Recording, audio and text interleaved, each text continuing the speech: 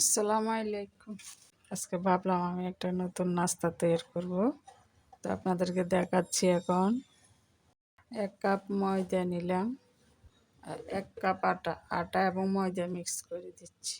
1 চিমটি লবণ, 1 চামচ চিনি। চিনিটা বেশি দেব না, বিস্কুটে যেরকম হালকা মিষ্টি থাকে এরকম। এখানে আমি 1 চামচ ইস্ট চিনি দিয়ে একটু হালকা কুসুম গরম পানি দিয়ে গুলে রেখেছি, এগুলো এখন দিয়ে দিচ্ছি। তো এখানে ইস্টের গন্ধটা দূর করার জন্য আমি 1 চিমটি দারচিনি গুঁড়া দিলাম। ডিম ফেটে নিচ্ছি, ডিমটা গুলে দিচ্ছি। এখন মেখে নিচ্ছি ডোটা। আর কুসুম গরম দুধ বা পানি, আপনারা যদি দুধ থাকে দুধ দিবেন, দুধ দিলে টেস্ট হয়, খেতেও ভালো লাগে। পানি দিয়ে গুললে পানি। আমি কোনো তেল দিই নাই, তেলটা উপরে দেব। মেখে দিলাম, আর এরপর একটু তেল দিয়ে রাখি। 1 চামচ তেল দিয়ে ডোটাকে ঢেকে রাখবো আমি নামাজ শেষ করে। তারপর আমি দুধ নিয়েছিলাম, দুধ লাগে না, ইস্টে 1 চামচ পানি দিয়ে হয়ে গেছে। এখন ডোটা ঢেকে রাখি। এখন এটা আপনাদেরকে দেখা, আমি যে ডিমটা গুলে রেখেছি এই ডিমে দেব তেল। ডিমের সাথে তেল মিক্স করে রাখতেছি। এটা উপরে ব্রাশ করার সময় দেব। তো আমার ডোটার এই অবস্থা, প্রায় 40 মিনিট হয়ে গেছে। আমি এখন আবার ভালো করে মথে নিতে হবে।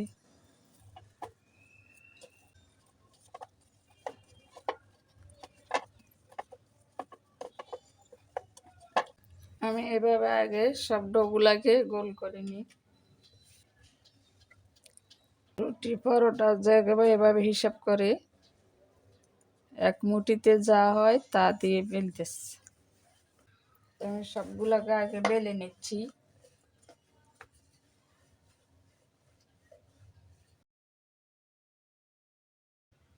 তেল এবং ডিমের যে মিশ্রণটা দিছি, এই মিশ্রণটা এখন ব্রাশ করতেছি। এভাবে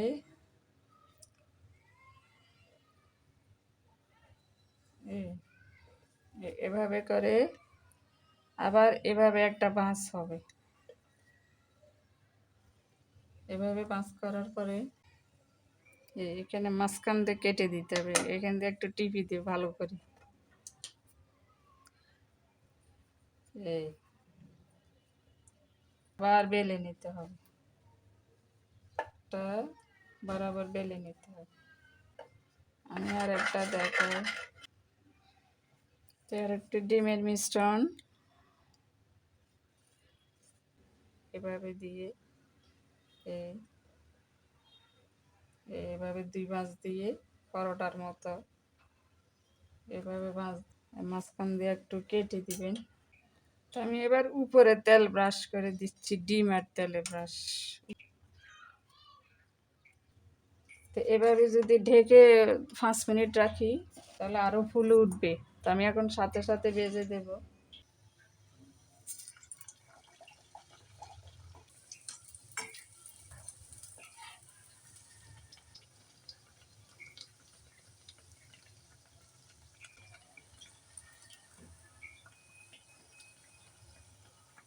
এইভাবে আমি সবগুলা ভেজে নিব।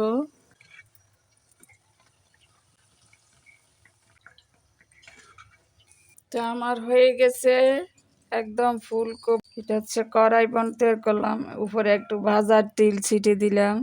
এটা যে তৈরি করবেন খাবেন কি যে টেস্টি বলার বাহিরে।